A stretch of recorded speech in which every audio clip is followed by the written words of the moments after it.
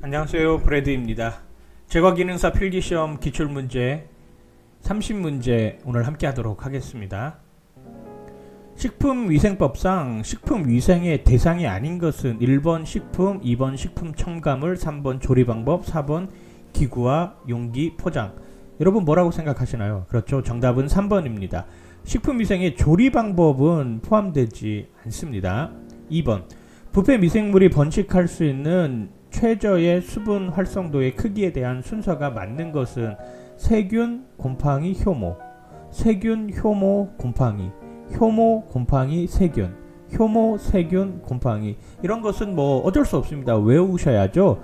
세균은 0.95, 효모는 0.87, 곰팡이는 0.80입니다. 정답은 2번 세균, 효모, 곰팡이 순입니다. 3번 오븐의 생산 능력은 무엇으로 계산하는가?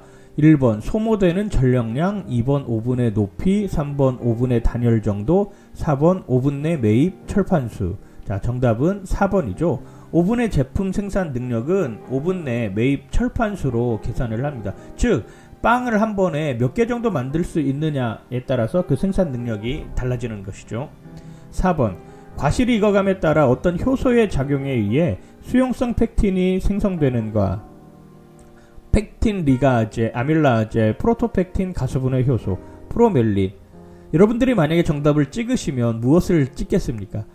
프로토펙틴, 펙틴, 나눠진다. 뭐 정답은 3번인데요. 프로토펙틴 가수분해 효소는 프로토펙틴을 가수분해하여 수용성 식물 섬유인 펙틴이나 펙틴산으로 변화시키는 효소를 말합니다.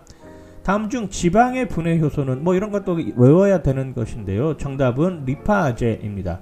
아밀라제는 전분의 분해 효소고요. 락타아제는 유당, 그리고 프로테아제는 단백질 분해 효소입니다. 이런 분해 효소들에 대한 문제들도 자주 나오는 문제이니까요. 여러분들 꼭 외우셔가지고 1점이라도 더 받아보시길 바랍니다. 과자 반죽의 온도 조절에 관한 설명으로 틀린 것은 이렇게 나와 있습니다. 반죽 온도가 낮으면 기공이 조밀하다. 반죽 온도가 낮으면 부피가 작아지고 식감이 나쁘다. 반죽 온도가 높으면 기공이 열리고 큰 구멍이 생긴다. 반죽 온도가 높은 제품은 노화가 느리다. 정답은 4번인데요. 반죽 온도가 높을 경우에는 기공이 열리고 조직이 거칠어져서 노화가 빠르게 진행됩니다. 7번 전란을 사용하는 거품형 케이크에 해당하는 것은, 전란이라고 하면은 흰자와 노른자를 다 같이 사용을 하는 것이죠. 정답은 2번 거품형 케이크는 가벼운 제품입니다. 비중이 0.5에서 플러스 마이너스 0.05인데 그 거품형 케이크의 대표적인 것이 스펀지 케이크죠. 스펀지 케이크는 전란을 사용하여서 빵을 만드는 것입니다. 다음 중 단당류가 아닌 것은, 단당류는 당이 하나 있다라고 하는 것이죠. 나눠지지 않는다라고 하는 것. 1번 포도당, 2번 과당, 3번 갈락토즈, 4번 유당.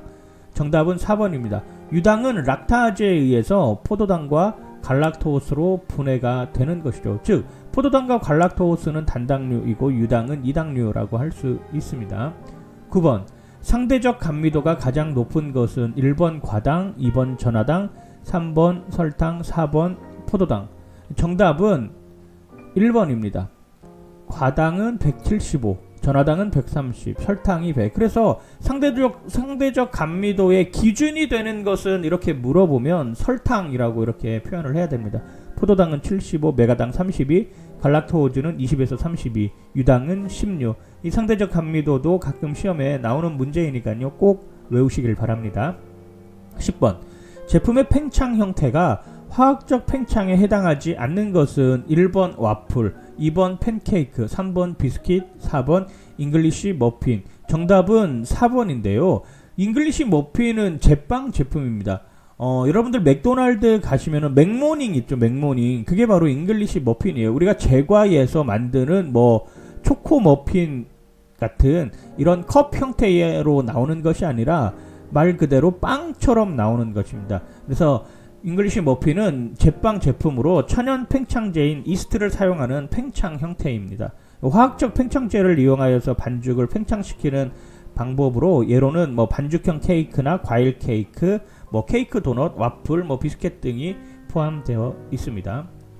다음 중 케이크 중 계란 노른자를 사용하지 않는 것은 계란 노른자를 사용하지 않는다라고 이야기를 하죠. 1번 파운드 케이크, 2번 화이트 레이어 케이크, 3번 데블스 푸드 케이크, 4번 소프트롤 케이크. 정답은 2번입니다.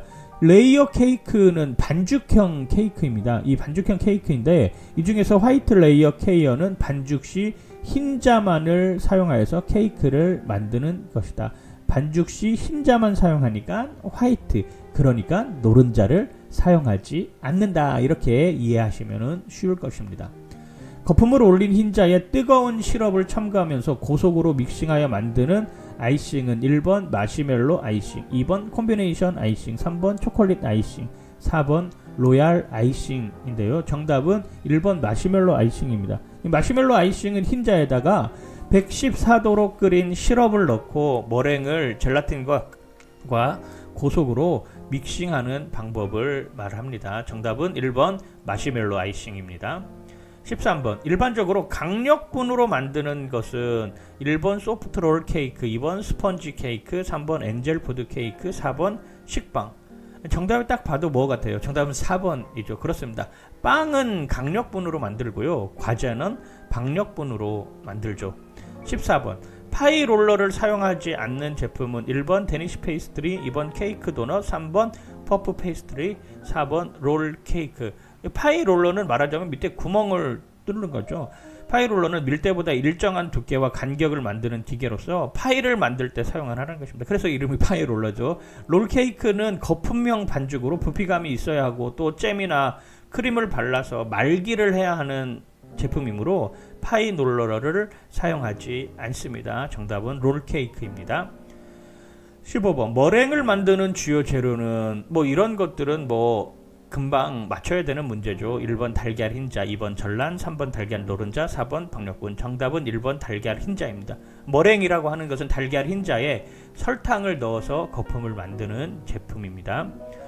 발효 시간을 단축시키는 물은 1번 연수, 2번 경수, 3번 염수, 4번 알칼리수. 빵을 만들 때는 우리 악영수를 사용하죠. 그럼 반죽 시간이 길어진다라고 하는 것입니다. 그러면 연수를 사용해야지만이 발효 시간을 단축할 수 있습니다. 연수는 물의 강도가 60ppm 미만이며 빗물, 단물 등을 말합니다. 연수로 반죽을 할 경우에 글루텐이 연화하여 반죽의 힘이 약해져 발효의 시간을 줄일 수 있습니다. 정답은 연수입니다. 고율 배합의 제품을 굽는 방법으로 알맞은 것은 1번 저온 단시간, 2번 고온 단시간, 3번 저온 장시간, 4번 고온 장시간. 고율 배합이라고 하는 것은 밀가루보다 설탕이 많이 들어간 제품을 말하는 것이고요. 낮은 온도에서 길게 굽기를 합니다.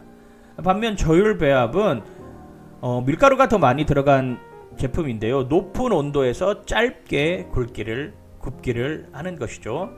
반죽 비중에 대한 설명으로 옳지 않은 것은 비중이 높으면 부피가 작아진다. 비중이 낮으면 부피가 커진다. 비중이 낮으면 기공이 열려 조직이 거칠어진다. 비중이 높으면 기공이 크고 노화가 느리다. 정답은 4번입니다. 비중이 높으면은 반죽 속에 포집된 공기의 양이 적어집니다. 그래서 기공이 작아집니다. 비타민과 관련된 결핍증의 연결이 틀린 것은 비타민 A 야맹증, 비타민 B1 구내염, 비타민 C 괴혈병, 비타민 D 그룹병. 정답은 2번입니다. 비타민 B1이 결핍되면 각기병을 유발할 수 있고요. 구내염은 비타민 B2의 결핍증입니다. 겨울철 굳어버린 버터크림의 되기를 조절하기에 알맞은 것은 1번 분당, 2번 초콜릿, 3번 식용유, 4번 캐러멜 소스. 나머지들은 다 좀 딱딱한 형태고요. 또 말 그대로 버터도 기름이잖아요. 그래서 식용유, 액체 상태로 된 식용유를 부어주면은 크림 조절하는데 조금 좋은 영향을 나타낼 수 있습니다. 정답은 3번 식용유입니다. 다음에 케이크 반죽 중 일반적으로 pH가 가장 낮은 것은 1번 스펀지 케이크, 2번 엔젤푸드 케이크, 3번 파운드 케이크, 4번 데블스푸드 케이크. 정답은 2번입니다. 엔젤푸드 케이크입니다. pH는 수소이온 농도인데 산성으로 갈수록 pH가 낮아집니다. 엔젤푸드 케이크는 주석산이 들어가서 하얗게 만들기 때문에 pH가 다른 제품보다도 낮아지는 거죠. 뭐 과일 케이크 같은 것도 다른 기타의 제품들보다도 pH 농도가 낮습니다. 정답은 2번 엔젤푸드 케이크입니다. 거품형 케이크를 만들 때 버터는 언제 넣는 것이 가장 좋은가? 처음부터 다른 재료와 함께 넣는다. 밀가루와 섞어 넣는다. 설탕과 섞어 넣는다. 반죽의 최종 단계에 넣는다. 정답은 반죽의 최종 단계에 넣는다 입니다. 버터를 처음부터 넣기 시작하면서 거품이 말하자면 잘 안 일어나요. 그리고 거품이 죽는다라고 이렇게 표현하죠. 따라서 반죽의 최종 단계에 넣어야 풍성한 거품을 낼 수 있습니다. 주방 설비 중 작업의 효율성을 높이기 위한 작업 테이블의 위치로 가장 적절한 것은 1번 오븐 옆, 2번 냉장고 옆, 3번 발효실 옆, 4번 주방의 중앙부. 정답은 4번이죠. 주방의 중앙부에 놓아야지만이 동선이 짧아질 수 있기 때문입니다. 24번 반죽 온도 조절에 대한 설명으로 틀린 것은 1번 파운드 케이크의 반죽 온도는 23도가 적당하다. 2번 버터 스펀지 케이크의 반죽 온도는 23도가 적당하다. 사과파이 반죽의 물 온도는 38도가 적당하다. 퍼프 페이스트리의 반죽 온도는 20도가 적당하다. 정답은 3번인데요. 물 온도가 사과파이는 높아서는 안됩니다. 사과파이의 반죽은 냉수를 사용하여서 약 물 온도를 20도 정도에 맞춰서 반죽을 해야 되는 것이죠. 25번 스펀지 케이크의 굽기 공정 중 나타나는 현상이 아닌 것은 1번 공기의 팽창, 2번 전분의 호화, 3번 밀가루의 혼합, 4번 단백질의 응고. 정답은 3번입니다. 밀가루 혼합은 반죽 제조 공정에서 하는 것이지 굽기 단계에서 밀가루를 뭐 더 뿌려가지고 하는 것은 아니죠. 정답은 3번입니다. 성인의 에너지 적정 비율의 연결이 옳은 것은 탄수화물 30에서 55%, 단백질 7에서 20%, 지질 5에서 10%, 비타민 30에서 40%. 정답은 2번입니다. 탄수화물 성인의 단백질 적정 비율은 탄수화물이 7에서 20%고요. 단백질이 7에서 20%고요. 탄수화물이 60에서 70%, 그리고 지질이 지방이죠. 15에서 20%, 비타민이 4에서 5%입니다. 27번 엔젤푸드 케이크 제조 공정에 대한 설명으로 틀린 것은 1번 달걀인자만 사용한다. 2번 설탕의 3분의 2는 머랭에 투입한다. 4번 주석산을 머랭에 섞으면 탄력 있는 제품이 된다. 4번 기름칠이 균일하게 된 팬에 넣어 굽는다. 정답은 4번입니다. 4번은 기름칠이 균일하게 된 팬이 아니라 엔젤푸드는 물을 사용하여서 물을 균일하게 칠한 팬에 굽는 것이 바로 엔젤푸드의 특징이랍니다. 엔젤푸드 하면 물을 이용제로 사용한다, 이렇게 이해하시면 좋겠습니다. 도넛에 묻힌 설탕이 녹는 현상, 이걸 발한 현상이라고 하는데요. 이 발한 현상을 감소시키기 위한 조치로 틀린 것은 이렇게 이야기를 했습니다. 도넛에 묻히는 설탕의 양을 증가시킨다. 충분히 냉각시킨다. 냉각 중 환기를 많이 시킨다. 가급적 짧은 시간 동안 튀긴다. 정답은 4번입니다. 짧은 시간에 튀기면은 수분이 발생을 해요. 그래서 그 수분으로 인하여서 설탕을 뿌리면 설탕이 그 수분에 의해서 녹죠. 그래서 감소시키기 위한 조치로 틀린 것은 짧은 시간에 튀기는 것이 아니라 수분이 날아갈 정도로 튀겨내야 된다라고 하는 것입니다.